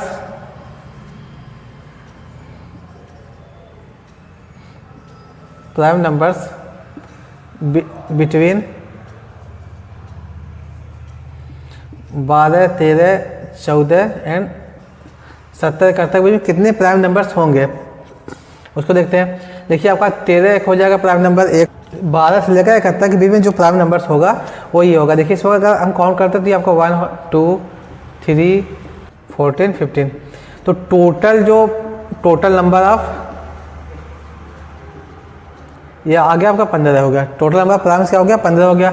अब प्लस 60 नंबर है, 60 में से प्राइम नंबर 15 है, तो जो प्राइम नहीं है वो कितना होगा, फिर लिखेंगे, देखिए फिर लिखेंगे numbers which is not prime, numbers which is not primes equal to 60 minus 15 45। तो 45 नंबर ऐसे हैं जो प्राइम नहीं है और टोटल जो नंबर है वो आपका 60 है। तो हमको क्या निकालना है, प्रोबेबिलिटी निकालना है। तो प्रोबेबिलिटी ऑफ नॉट प्राइम के लिए क्या हो जाता है, जो प्राइम नंबर्स नहीं है 45 अपॉन। ठीक है, अब 45 को अगर हम डिवाइड करते हैं 15 से, 15 से डिवाइड करें 15 3 50 हो जाएगा, 15 चौका 60 हो जाएगा। तो आपका ये 3/4 आ जाएगा। प्राइम जो नॉट के लिए है, नॉट प्राइम के लिए आपका 3/4 हो जाएगा। ठीक, तो ये आपका ऑप्शन नंबर 4 वाला सही है। तो उम्मीद करते हैं आपको ये क्वेश्चन नंबर 48 भी समझ आ गया होगा। अब हम क्वेश्चन नंबर 49 लेते हैं। देखिए क्वेश्चन नंबर 49 में दिया है कि which of the following is a teacher centred method of teaching mathematics. देखिए इस चारों में से पूछा है कि कौन सा ऐसा मेथड है जो कि टीचर सेंटर्ड है, मीन्स उसमें टीचर ही प्रधान है, टीचर ही सब कुछ है। ठीक, इसमें पहला क्या है, group discussion method. Group discussion method में क्या होगा, बच्चे डिस्कस करेंगे। इसमें आपका जो बच्चे होंगे मतलब स्टूडेंट्स सेंटर्ड मेथड हो जाएगा। ये आपका पहला वाला जो है ये स्टूडेंट सेंटर मेथड हो जाएगा। ठीक, दूसरा क्या, प्रॉब्लम सॉल्विंग मेथड। इसमें भी अगर प्रॉब्लम सॉल्व कोई बच्चा कर रहा है तो ये भी स्टूडेंट सेंटर मेथड हो सकता है। लेक्चर मेथड, देखिए लेक्चर मेथड में क्या होगा, जब टीचर लेक्चर देगा तो बस टीचर ही बोलेगा, बाकी सब बच्चे खामोश रहेंगे। तो ये आपका थर्ड वाला ऑप्शन सही होगा। और जो फोर्थ वाला ये आपका ह्यूरिस्टिक मेथड, इसमें स्व शोध विधि से बोलते हैं हम, मीन्स क्या होता है, इसमें जो बच्चा होता है वो खुद से अपना लॉजिक लगाता है, सोचता है, खोज करता है नई नई चीज़ों को, नया क्वेश्चन अपने दिमाग से जनरेट करता है। ठीक है, तो इसमें आपका थर्ड वाला ऑप्शन सही होगा। ठीक है, क्वेश्चन नंबर 50 में दिया कि the distance covered in metres by a wheel of radius 25 centimetre in 350 rounds is. देखिए आपका इसमें व्हील बोला है, जैसे मान लीजिए कि आपका ये कोई एक व्हील है, व्हील मीन्स होता है पहिया। ठीक है, ये कोई पहिया है, ये पहिया अब एक राउंड कवर चलेगा तो एक राउंड चलने में जो डिस्टेंस कवर करेगा वो अपने सर्कमफ्रेंस के बराबर मीन्स उसके अपने परिधि के बराबर दूरी तय करेगा। ठीक है, तो जैसे ये मान लीजिए यहाँ से चला शुरू किया, यहाँ से चलने के बाद यहाँ पहुँचा है तो एक राउंड हुआ, तो यहाँ से यहाँ तक का जो डिस्टेंस होगा वो इसके परिधि के बराबर होगा। करने का मतलब ये अगर हमको बीच में से कट कर दे, इसको कट करने के बाद इसको फैला दे तो जितना डिस्टेंस कवर करेगा वही उसका एक चक्कर चलने में डिस्टेंस होगा। और हमको पता है किसी भी सर्कल का जो सर्कमफ्रेंस होता है वो 2 पाई आर होता है, और यहाँ पर रेडियस दिया हुआ है तो उससे हम आसानी से इसका डिस्टेंस निकाल लेंगे। एक बार कवर करने में जो चलेगा वो आपका 2 पाई आर के इक्वल चलेगा। लिखेंगे distance covered by wheel in 1 round equal to 2 pi R. 2 into pi की वैल्यू कितनी है 22/7 है, आर कितना दिया है 25 सेंटीमीटर, तो 25/100। ठीक, 25 से का 25, 25 का 100 हो गया, 2 दूना 4 हो जाएगा, 2 का 2 हो जाएगा, फिर 2 का 2 दूना 11, तो यहाँ आपको मिलेगा 11/7। एक चक्कर चलने में वो इतना डिस्टेंस चल रहा है और 350 राउंड करना है। लिखेंगे distance covered by wheel in 350 round equal to 350 into 11/7।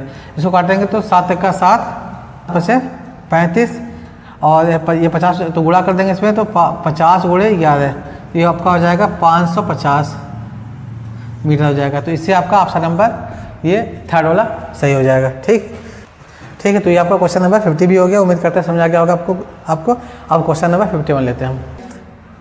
देखिए क्वेश्चन नंबर 51 में दिया है कि one of the factors of, इसका एक फैक्टर कौन सा होगा, ये 4 ऑप्शन दिया हुआ है। तो इसको जो ये आपको क्वेश्चन दिया हुआ है इसका फैक्टराइज करके आपको देखना होगा कि इसमें से कौन सा मैच कर रहा है।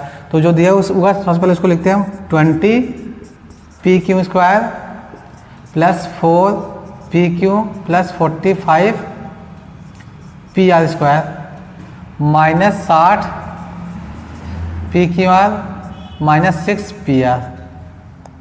अब इसमें देखिए कि आप देखेंगे P सब में मिल रहा है, P यहाँ पर भी है, P इसमें भी है, P इसमें है, P इसमें है, P इसमें, सब में P मिल रहा है, तो सब में से हम P कॉमन ले लेते हैं। जब P कॉमन ले लेंगे तो यहाँ मिलेगा हमको 20 Q² मिल जाएगा प्लस, और यहाँ पर 4Q मिल जाएगा प्लस 45 R² मिल जाएगा माइनस 60 QR मिल जाएगा माइनस 6R मिल जाएगा।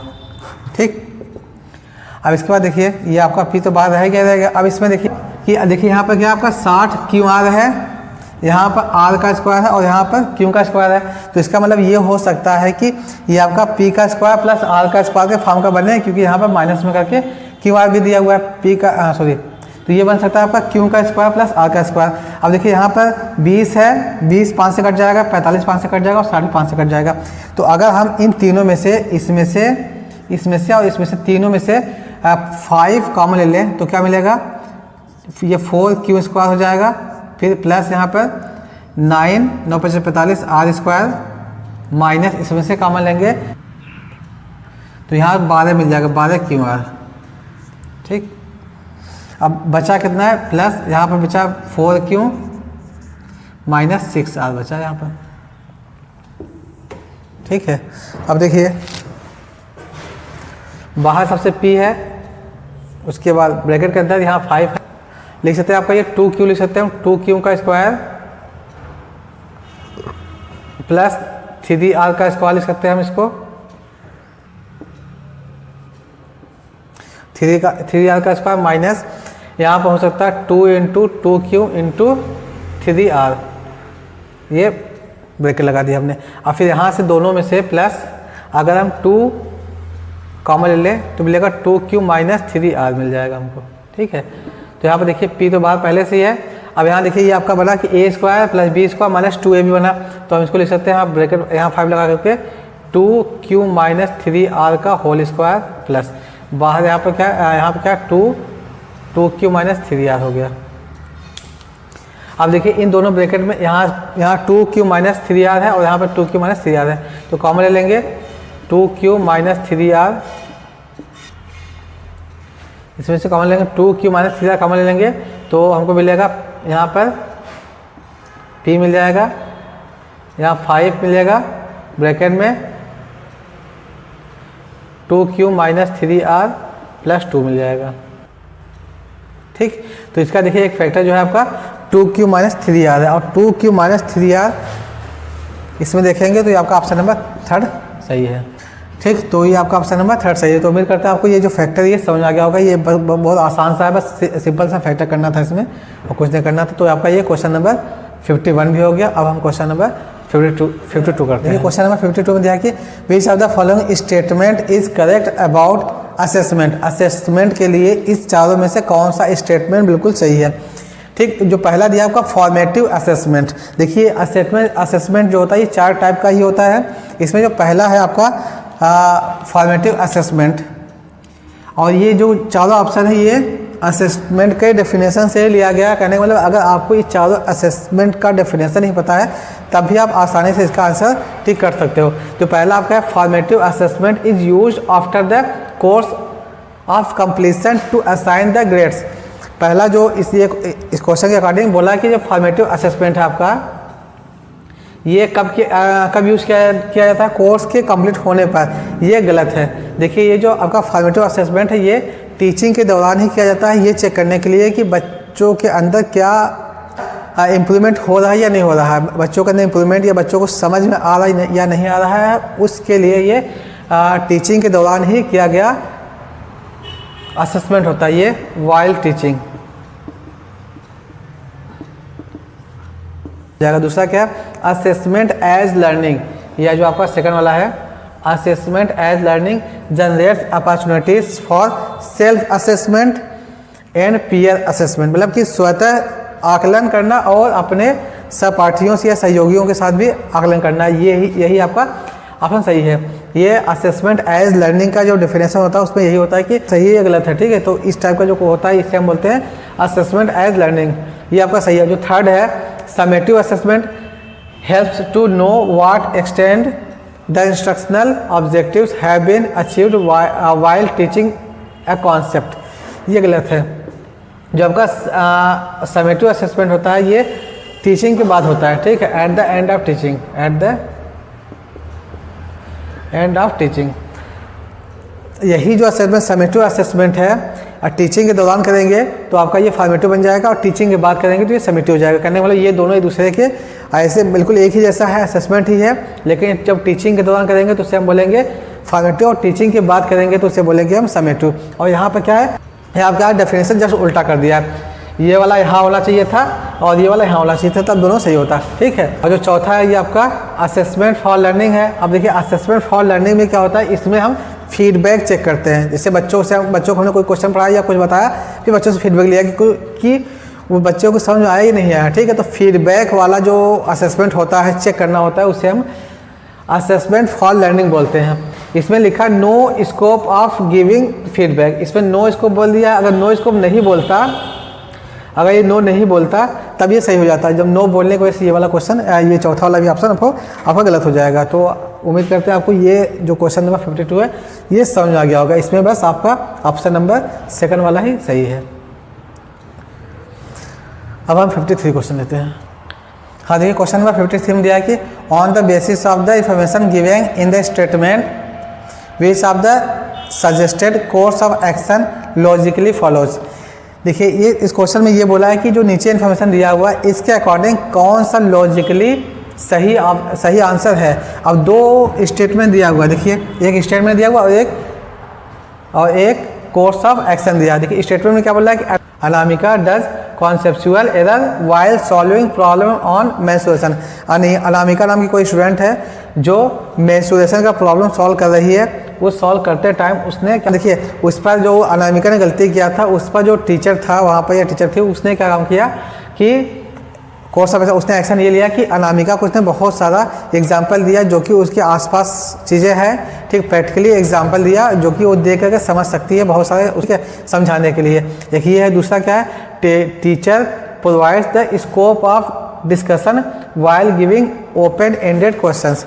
और जो टीचर ने एक्शन लिया वो क्या है, उसका मतलब ये हुआ कि जो टीचर वो अनामिका को बिल्कुल खुले, मतलब ओपन, खुले तौर पर सोचने के लिए बहुत सारे एग्जाम्पल देती है कि वो सोच करके खुद से अपना कॉन्सेप्ट बना सके, चीज़ों को समझ सके, ठीक। ये दो एक्शन लिया गया टीचर के द्वारा। अब सोचने के लिए, प्रैक्टिस करने के लिए जो उसने एग्जांपल दिया, उसका मकसद ये है कि वो हर तरीके से मेंस्ट्रुएशन को समझ सके और मतलब कि उस पर कोई बाउंडेशन ना, मतलब करने का ओपन एंडेड टाइप का, ओपन एंडेड मीन्स खुले सिरों वाला को अवसर प्रदान किया उसने, जिससे कि वो आसानी से चीज़ों को समझ सके और दोबारा गलती ना करे या कन्फ्यूजन उसका जो भी है कॉन्सेप्ट को लेकर वो दूर हो जाए, ठीक है। तो इसके हिसाब से कौन सा सही है, पहला बोथ कोर्स ऑफ एक्शन 1 और 2, ये दोनों सही है। ओनली कोर्स ऑफ एक्शन 1 ये गलत हो जाएगा, और only course of action second ये भी गलत हो जाएगा, नाइदर ये भी गलत हो जाएगा, ठीक है। नंबर 53 भी हो गया। अब हम क्वेश्चन नंबर 54 लेते हैं।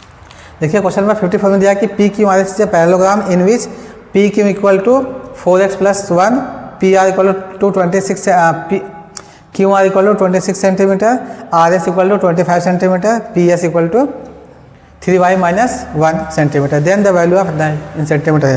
देखिए पैरेललोग्राम में क्या होता है, अपोजिट साइड इक्वल होते हैं, तो सबसे पहले हम एक पैरेललोग्राम बना लेते हैं। ये आपका एक पैरेललोग्राम होगा। देखिए पैरेललोग्राम में कौन कौन सा साइड दिया, पी क्यू आपका दिया 4x + 1 और क्यू आर दिया 26, आर एस दिया हुआ 25 और पी एस दिया है 3y - 1, ठीक। तो देखिए हमको पता है कि किसी भी पैरेललोग्राम में अपोजिट साइड इक्वल होते हैं, तो लिखेंगे as in a parallelogram opposite sides are equal. So अब यहाँ पर आपका पी क्यू इक्वल हो जाएगा किसके, आर एस के। अब पी क्यू आपका दिया 4x + 1 equal to R S है आपका 25, तो यहाँ से 4x इक्वल टू हो जाएगा 25 - 1, यह हो जाएगा 24 4x। तो x की वैल्यू निकालेंगे यहाँ पर, x इक्वल टू 24/4, 4 × 6 = 24, तो x का जो मान आ गया वो 6 आ गया, 6 आ गया, ठीक है। और वैसे ही यहाँ पर आपका पी एस इक्वल टू हो जाएगा क्यू आर के। अब पी एस आपका 3y - 1 है इक्वल टू ये आपका 26 है, तो उधर ट्रांसफर कर देंगे 1 को, तो हो जाएगा 3y इक्वल टू 26 + 1 27 हो जाएगा 3y, तो y का वैल्यू आ जाएगा 27/3, कैंसिल कर देंगे, y इक्वल टू हो जाएगा 9, तो y का मान आ गया 9 और x का मान आ गया 6। इन दोनों को रख करके जो वैल्यू पूछा उसको निकाल लेंगे। देखिए इसमें 3x + 2y है, तो 3 × x की जगह में 6 है, 6 + 2 × 9, तो ये 6 × 18 हो जाएगा, प्लस 9 × 18, 18 × 36, ठीक है। तो ये आपका ऑप्शन नंबर 3 वाला सही है। तो आपका ये क्वेश्चन नंबर 54 भी होगा। उम्मीद करते हैं ये समझा गया होगा। अब हम क्वेश्चन नंबर 55 लेते हैं। हाँ देखिए क्वेश्चन नंबर 55 और 56 को मैंने यहाँ पर लिख दिया है। इसमें देखिए जो 55 में दिया है ये क्या, ये बोला है कि which of the following rational number lies between -7/10 and -1/4। -7/10 और -1/4 के बीच में इसमें से कौन सा रेशनल नंबर लाई करेगा। देखिए -7/4 को हम क्या लिख सकते हैं, देखिए इसको अगर हम पॉइंट में चेंज करें तो ये हो जाएगा -0.7 हो जाएगा, ठीक है।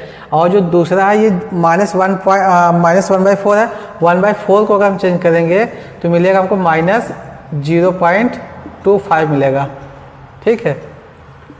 ये आपका दो रेशनल नंबर मिल गया 2 पॉइंट में। अब इसके बीच में लाई करने वाले नंबर को देखना है हमको। देखिए ये दोनों क्या माइनस में है, माइनस में होने की वजह से ये प्लस में नंबर नहीं आएगा। देखिए 0 क्या है आपका, ये बीच में आ गया तो ये वाला आपका नहीं होगा, और ये प्लस में एक आ गया इसलिए ये वाला भी नहीं होगा, ठीक। अब ये बचा पहला और तीसरा बचा, इन दोनों में से कोई ना कोई एक हो जाएगा। अब पहला जो है आपका 5/8 है, 5/8 को अगर हम डिवाइड करते हैं पॉइंट में चेंज करेंगे तो ये होगा 8 चौक 32, 0 पॉइंट माइनस 0 8 6 48, 8 10 16, 8 5 40, ये आपका हो जाएगा माइनस 0.625 हो जाएगा, जो कि 0.7 से बड़ा होगा। माइनस में है इसीलिए ये माइनस 0.7 से बड़ा होगा, इसका मतलब इसके बीच में लाई करेगा। और जो दूसरा है आपका -2/3 है, इसको अगर हम चेंज करेंगे पॉइंट में तो मिल जाएगा 0.66 और 6 से मिलता चला जाएगा माइनस में, तो ये भी क्या होगा आपका इससे बड़ा होगा या इसके बीच में लाई करेगा। ठीक, इन दोनों के बीच में। जो तीसरा है आपका -3/5 है, इसको अगर चेंज करेंगे तो 0 पॉइंट। ठीक है, तो देखिए 5 बाई -8 -2/3 -3/5, ये जो तीनों नंबर है, तीनों रेशनल नंबर, ये इसके बीच में लाई कर रहा है, तो ये आपका ऑप्शन नंबर फर्स्ट वाला सही हो जाएगा और ऑप्शन नंबर थर्ड वाला आपको गलत है। ठीक, तो उम्मीद करता है आपको ये क्वेश्चन नंबर 55 समझ आ गया होगा। अब हम क्वेश्चन नंबर 56 करते हैं। देखिए 56 में बोला कि if x is the smallest number which is to be subtracted from 1605 में से क्या घटा दे कि ये एक परफेक्ट स्क्वायर बन जाए। ठीक है, तो उस x को लेकर के इसकी वैल्यू निकालनी है, 4x + 7 की वैल्यू निकालनी है। हमको स्क्वायर रूट निकालने के लिए एक मेथड पता है जिसे हम बोलते हैं लॉन्ग डिवीजन मेथड। उस लॉन्ग डिवीजन मेथड से हम ये चेक करेंगे कि ये जो 2605 है ये कौन से नंबर का परफेक्ट स्क्वायर बन सकता है। तो ये आपका 2605 है, इसको लॉन्ग डिवीजन मेथड से करके देखते हैं, इसमें हो जाएगा। ठीक है, तो अगर हम इसमें से 4 घटा दें, 2605 में से अगर हम 4 घटा देते हैं तो ये आपका हो जाएगा और 2601 आपका 51 का स्क्वायर बन जाएगा। ठीक है, परफेक्ट स्क्वायर बन जाएगा किसका, 51 का परफेक्ट स्क्वायर बन जाएगा। तो x का जो वैल्यू आ जाएगा आपका 4 आ जाएगा। अब 4 यहाँ पर रख करके हम इसका वैल्यू निकालना है हमको। 4x + 7, इसका मतलब 4 × 4 + 7, 4 चौक 16 + 7, 16 + 7 कितना हो जाएगा आपका 23 हो जाएगा। 23 ही आपका ऑप्शन नंबर थर्ड वाला सही हो जाएगा। तो हम उम्मीद करते हैं आपको ये क्वेश्चन नंबर 56 भी समझ आ गया होगा। अब हम क्वेश्चन नंबर 57 लेते हैं। लेट a इक्वल टू इतना b c d सबका वैल्यू दिया हुआ है, तो हमसे पूछा कि अगर a + b + c - d equal to इतना है तो p + q + r की वैल्यू क्या होगी। ठीक, तो जैसे देखिए जो दिया पहले इसमें a + b + c, सबसे पहले हम तीनों को ऐड कर लेंगे, फिर d को माइनस कर देंगे, फिर जो आएगा वो px² + qx + r के फॉर्म का आ जाएगा। वहाँ से हम x² का कोफिशिएंट का तुलना करेंगे तो p मिलेगा और x का कोफिशिएंट तुलना करेंगे तो हमको q मिल जाएगा और जो कांस्टेंट टर्म है वो r के इक्वल हो जाएगा। ठीक है, तो वहाँ से उसकी वैल्यू निकाल करके p + q + r की वैल्यू निकाल लेंगे। तो जो दिया हुआ है सबसे पहले हम लिखेंगे a + b + c, a + b + c equal to a की जगह पर आपका दिया 3x² - 8x + 11, ये आपका a हो गया। फिर प्लस b की जगह पर दिया है -2x² + 12x, फिर प्लस c है आपका -4x² + 7। अब देखिए यहाँ पर 3x² है, -8x है, + 11 है। अब यहाँ पर ये आपका माइनस हो जाएगा, -2x² + 12x -4x² + 7। अब देखिए यहाँ पर ये प्लस 3x² है, ये -2x² -4x², तो -2 -4 -6x² हो जाएगा। -6x² में से +3x² घटा देंगे तो आ जाएगा आपका 3x² हो जाएगा। ठीक, फिर आप देखिए -8x है यहाँ पर और यहाँ पर +12x है, तो ये आपका हो जाएगा 4x। इसके बाद आपका ये 11 है और ये 7 है, 11 + 7 हो जाएगा 18। ठीक, तो ये आपको मिल गया a + b + c मिल गया। अब फिर इसके बाद क्या बोला है कि a + b + c -d बोला है, तो फिर लिखेंगे a + b + c - d equal to a + b + c कितना है 3x² है +4x है +18 है माइनस d की जगह पर कितना दिया है x² - x -11 दिया है, तो -3x² है +4x है +18 -x² +x +11। ठीक, तो देखिए यहाँ पर हो जाएगा आपका -4x² हो जाएगा +5x हो जाएगा +18 + 11 29 हो जाएगा। ठीक, अब देखिए हमको क्या मिला, हमको मिला a plus B plus C minus D equal to, किसकी इक्वल आ गया, -4x² प्लस 5x प्लस 29 मिला हमको। ठीक है, अब यहाँ पर ये किसकी इक्वल है, P X square plus Q X plus R की इक्वल है।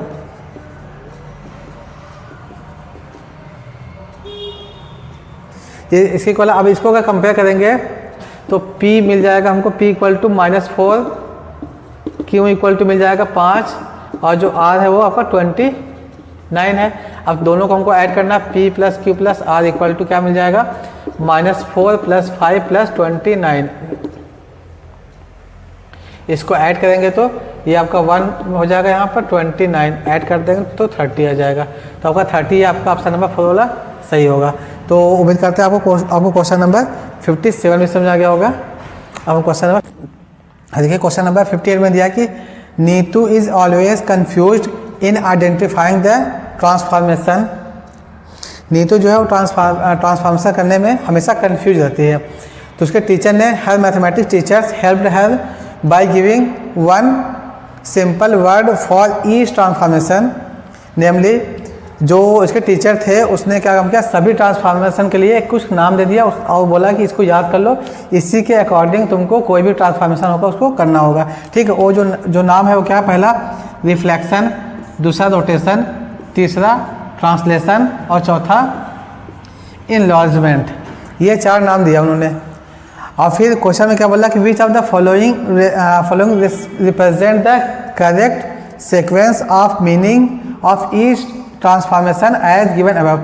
ये जो दिया गया है रिफ्लेक्शन, रोटेशन, ट्रांसलेशन और इनलार्जमेंट, इसका जो मीनिंग होगा उस मीनिंग का सीक्वेंस क्या होगा। करने का मतलब ये हुआ कि अगर ये रिफ्लेक्शन है तो रिफ्लेक्शन का मीनिंग इसमें कौन सा पहले होगा, फिर उसके बाद रोटेशन करना चाहिए, फिर उसके बाद ट्रांसलेशन करना चाहिए, फिर उसके बाद इनलार्जमेंट करना चाहिए। देखिए जैसा कि देख कर ही समझ आ रहा होगा आपको, ये जो आपका इनलार्जमेंट है ये आपका बिगर फिगर है, ये बिगर फिगर को शो करता है। इनलार्जमेंट है ये आपका बिगर फिगर है। उसके बाद फिर रोटेशन मीन्स क्या होता है, जब रोटेट करने वाला होता है टर्न करना होता है, तो ये आपका हो जाएगा टर्न। ठीक, अब बचा रिफ्लेक्शन और ट्रांसलेशन हो गया, ये बचा 2 चीज़। ठीक, अब देखिए जो आपका रिफ्लेक्शन होता है, रिफ्लेक्शन को हम बोलते हैं फिलिप, ये होता है आपका फिलिप। जो आपका रिफ्लेक्शन है ये होता है फिलिप। और जो अब बचा क्या आपका ट्रांसलेशन बचा, ट्रांसलेशन मीन्स होता है स्लाइड। ठीक, उसके बाद फिर जो रोटेशन है, रोटेशन को हम बोलते हैं टर्न। और जो लास्ट वाला है इनलार्जमेंट, इनलार्जमेंट को बोलते हैं हम बिगर फिगर बोलते हैं। ठीक है, तो इसी ऑर्डर में इसको रखना है। तो सबसे पहले क्या आया यहाँ पर, फिलिप। फिलिप देखिए पहला वाला है और तीसरा वाला फिलिप है। फिर उसके बाद क्या आता है, टर्न मीन्स स्लाइड में होता है, रोटेशन मीन्स होता है टर्न। रोटेशन ये आपका देखिए थर्ड वाले में रोटेशन आ गया, फिलिप आ गया, टर्न आ गया। फिर उसके बाद आता है ट्रांसलेशन मीन्स स्लाइड हो गया। तो ये आपका जो थर्ड वाला ऑप्शन है ये बिल्कुल सही है। इस सीक्वेंस के अकॉर्डिंग, जैसा कि टीचर ने बताया था उसको, उस सीक्वेंस के अकॉर्डिंग आपका ये जो थर्ड वाला ऑप्शन है ये सही होगा। तो आपका ये क्वेश्चन नंबर 58 भी हो गया। अब हम क्वेश्चन नंबर 59 लेते हैं। हाँ देखिए, क्वेश्चन नंबर 59 में दिया कि for which of the following measurement the construction of triangle ABC can be done. चारों ऑप्शन में से कौन सा ऑप्शन सही है जिससे कि हम एक ट्रायंगल बना सकें। ठीक है, तो देखिए जो पहला वाला है आपका, इसमें दिया है कि AB equal to 5 centimetre, BC equal to 6 centimetre और जो एंगल है एक आपका 130 है और एक 25 है। तो अगर हम पहले को लेकर बनाते हैं, सपोज करिए पहला मान लिया कि एक जो एंगल आपका हमने मान लिया 130 डिग्री है और जो दूसरा ये 25 डिग्री है। ठीक है, अब 130 प्लस 25 कितना हो जाएगा, मान लिया अब ये आपका A है, B है, ये C है और इसमें A भी दिया है कितना 5 दिया है और फिर BC दिया 6 दिया है, एक साइड नहीं दिया हमको। देखिए ये 30 है, ये 25 है, 25 का हो जाएगा 25। और वो पता है किसी भी ट्रायंगल में अगर दो एंगल इक्वल होता है तो उससे जो सटा हुआ साइड होता है वो भी इक्वल होता है। अगर ये 25 डिग्री है और ये 25 डिग्री है तो इससे जो सटा हुआ साइड है, कौन कौन सा साइड है सटा हुआ, एक साइड ये और एक साइड ये, दोनों इक्वल होना चाहिए। जबकि यहाँ पर एक 6 दिया है, एक 5 दिया है, तो इसलिए ये पहला वाला ऑप्शन आपका गलत है, ये पॉसिबल नहीं है। फिर दूसरे बात है, दूसरा देखिए एक आपका ए बी, मान लिया ये ए है, बी है, ये 3 सेंटीमीटर है। फिर उसके बाद बी सी 4 सेंटीमीटर, फिर ए सी बराबर 7 सेंटीमीटर। अगर हम इसको मान लिया कि बी सी मान लिया, बी सी आपका 4 सेंटीमीटर, तो ए सी से मिला करके हो जाएगा ए सी बराबर, ये आपका सी है, तो ए सी कितना हो जाएगा 7 सेंटीमीटर। ये एक लाइन को शो करेगा, ये ट्रायंगल को शो नहीं करेगा, ये भी गलत हो जाएगा। अब थर्ड पे आते हैं, देखिए थर्ड आपका ए बी है 8 सेंटीमीटर, बी सी है 4 सेंटीमीटर, बी सी ए 90 डिग्री है। ये जो आपका तीसरा वाला है इसको देखते हैं हम, तीसरा बी सी ए, अगर हमने इसको बी माना, इसको सी माना, इसको ए मान लिया, ये आपका 90 डिग्री है, और एक 60 ए बी सी आपका ये 60 डिग्री है, तो ये आपका 30 डिग्री हो जाएगा। ठीक है, अब ए बी दिया आपका 8 सेंटीमीटर और बी सी दिया है 4 सेंटीमीटर। अगर ये हाइपोटेनस है, 90 के सामने हाइपोटेनस है, तो जो ए सी है उसको निकालते हैं, तो ए सी जो हो जाएगा आपका अंडर रूट में 8 का स्क्वायर 64 माइनस 4 का स्क्वायर 16। अब 64 में से 16 घटाएंगे तो 48 हो जाएगा, 48 को बाहर 16 को बाहर निकालेंगे तो 4√3 हो जाएगा। ठीक है, ए सी आपका आ गया 4√3 हो गया। ठीक, तो ये वाला जो आपका थर्ड वाला ऑप्शन है ये पॉसिबल है, किसी भी ट्रायंगल को फॉर्म करने के लिए ये पॉसिबल है। चौथा भी चेक कर लेते हैं, ए बी सी जो ट्रायंगल है आपका चौथा वाला, अगर इसको बनाते हैं ए बी सी, मान लिया ये ए है, बी है, ये सी, ए सी बी आपका 120 डिग्री है, और फिर ए बी सी कितना 25 है, 25 है, और फिर ए सी इक्वल टू बी सी, इसका मतलब क्या हुआ, ए सी ये वाला साइड इसके इक्वल है। अगर ये साइड ए सी और बी सी इक्वल होगा तो दोनों से जो सटा हुआ एंगल होगा, ये वाला एंगल और ये एंगल दोनों, अगर ये दोनों साइड इक्वल है तो ये एंगल भी 25 होना चाहिए, जबकि 120 प्लस 25 कितना हो जाएगा, 145 हो जाएगा। 180 में से घटाएंगे तो ये हमको मिल जाएगा 35। ठीक है, तो ये वाला एंगल आ रहा है 35, और जबकि अगर साइड इक्वल है तो, अगर साइड इक्वल है तो एंगल भी इक्वल होना चाहिए, तो इससे ये भी आपका चौथा वाला भी ऑप्शन गलत हो जाएगा, तो आपका तीसरा वाला ऑप्शन सही है। तो उम्मीद करता है आपको ये क्वेश्चन नंबर 59 भी समझ आ गया होगा। अब हम क्वेश्चन नंबर 60 लेते हैं। देखिए क्वेश्चन नंबर 60 बोला कि as solid cube of side 12 centimetre is cut into small solid cube of side 4 centimetre is. ये देखिए एक बोला कि बड़ा सा कोई सॉलिड क्यूब है, उसका सभी साइड 12 सेंटीमीटर का है, उसको हमने कट किया छोटे क्यूब में, जिसमें जो छोटा क्यूब है उसका सभी साइड 4 सेंटीमीटर का है। ठीक, और फिर बोला कि what will be the relation between the total surface area of the original cube, जो आपका ओरिजिनल क्यूब है उसका टोटल सरफेस एरिया का रिलेशन, और the new total surface area of the small cube so formed, और जो नया cube बन रहा है, जितना क्यूब बन रहा है उस क्यूब का टोटल सरफेस एरिया कितना होगा।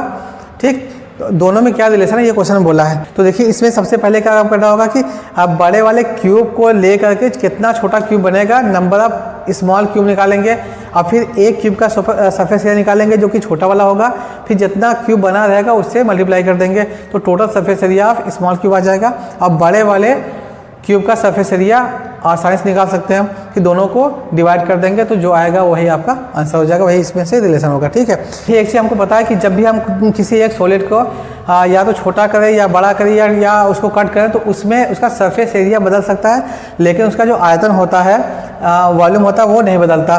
तो जो बड़ा वाला आपका क्यूब है इसका जितना आयतन होगा उतना ही छोटे वाले सभी क्यूब का आयतन होगा। तो देखिए इसमें हमको सबसे पहले कितना छोटा क्यूब बनेगा उसको निकालना होगा। नंबर इसके लिए निकालेंगे, नंबर ऑफ लिखेंगे, नंबर ऑफ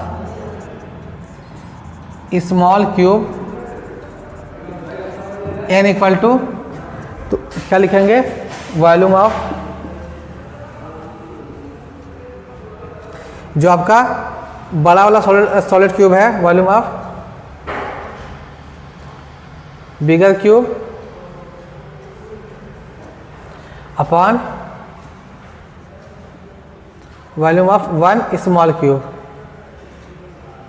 ठीक, तो अब देखिए यहाँ से जो बड़ा वाला हमको पता है किसी भी क्यूब का जो आयतन होता है वो साइड का क्यूब होता है, तो बड़े वाले का जो साइड है वो 12 का क्यूब अपान, और छोटे वाले का जो साइड है वो बोला है 4 सेंटीमीटर, तो यहाँ पे लिखेंगे 4 का क्यूब, नंबर ऑफ क्यूब निकालने के लिए। तो यहाँ हो जाएगा 12 गुणे 12 बटे 4 इंटू 4। इसको काटेंगे तो 4 का 4, 4 3 12, 4 का 4, 4 3 12, 4 का 4, 4 3 12। तो जो नंबर ऑफ स्मॉल क्यूब आएगा ये 3 3 का 9 तो 27 हो जाएगा। तो टोटल जो बनेगा वो 27 क्यूब बनेगा। ठीक है, ये नंबर से निकल गया। अब इसके बाद हम A1 इक्वल टू TS से of bigger cube equal to TSA क्या होता है 6 इंटू साइड का स्क्वायर होता है, साइड का स्क्वायर। ठीक, ये हो गया। अब फिर जो स्मॉल अपने अगर A2 माना, A2 equal to TSA of small cube. एक क्यूब का जो TSA होगा 6 इंटू 4 का स्क्वायर। ठीक, एक क्यूब का ये टोटल सरफेस एरिया हो जाएगा। अब क्या करना है, हमको दोनों को कंपेयर करना है। दोनों को कंपेयर करने का मतलब ये हुआ कि A1 बटे A2 करना है इक्वल टू एक के लिए। ठीक, देखिए ये क्या हुआ, A2 TSA of small cube. एक क्यूब का जो टोटल सरफेस एरिया है वो कितना है 6 इंटू 4 का स्क्वायर, और 27 क्यूब बन रहा तो 27 के लिए क्या कर देंगे, 27 से इसमें मल्टीप्लाई कर देंगे तो लिखेंगे A2 equal to TSA total surface area of 27 small cube. तो हो जाएगा आपको 27 इंटू 6 इंटू 4 का स्क्वायर। ठीक है, अब हमको दोनों का कंपेयर करके देखना है। देखिए लिखेंगे A1 बटे A2 इक्वल टू A1 जो है आपका 6 है 12 का स्क्वायर है अपॉन A2 जो आया आपका 27 इंटू 6 इंटू 4 का स्क्वायर। अब यहाँ से ये 6 से कट गया, ऊपर मिलेगा हमको 12 गुणे 12 अपॉन नीचे 27 गुणे 4 गुणे 4, 4 एका 4, 4 3 12, फिर 4 एका 4, 4 3 12। अब देखिए 3 यहाँ पर 3 एका 3, 3 9 27, 3 एका 3, 3 9 27, तो मिलेगा हमको A1 बटे A2 बराबर मिल जाएगा 1/3। क्रॉस मल्टीप्लाई कर देंगे तो A2 इक्वल टू 3A1 हो जाएगा। ठीक, तो अब देखिए इसमें क्या हुआ कि जो A2 है, A2 क्या नया क्यूब था उसका सरफेस एरिया है, और जो A1 है ये ओरिजिनल सरफेस एरिया है। ठीक है, इसमें क्या है कि जो नया वाला सरफेस एरिया आया है वो पुराने वाले ओरिजिनल सरफेस एरिया का 3 गुना है। तो क्वेश्चन में जो 4 ऑप्शन दिया उसमें देखते हैं। हमें देखिए new total surface area will be thrice the original surface area. ये आपका नया है, ये 3 गुना है किसके, ओरिजिनल के। तो ये आपका पहला वाला ऑप्शन ही सही हो जाएगा। तो उम्मीद करता हूँ आपको ये क्वेश्चन नंबर 60 भी समझ आ गया होगा। तो आज के इस वीडियो में बस इतना ही। हमने मैथ का टोटल जितना भी क्वेश्चन था, चाहे पेडागोजी का हो चाहे आपका न्यूमेरिकल हो, सब किया हमने। तो अब मिलते हैं नेक्स्ट वीडियो में। इसके बाद मिलते हैं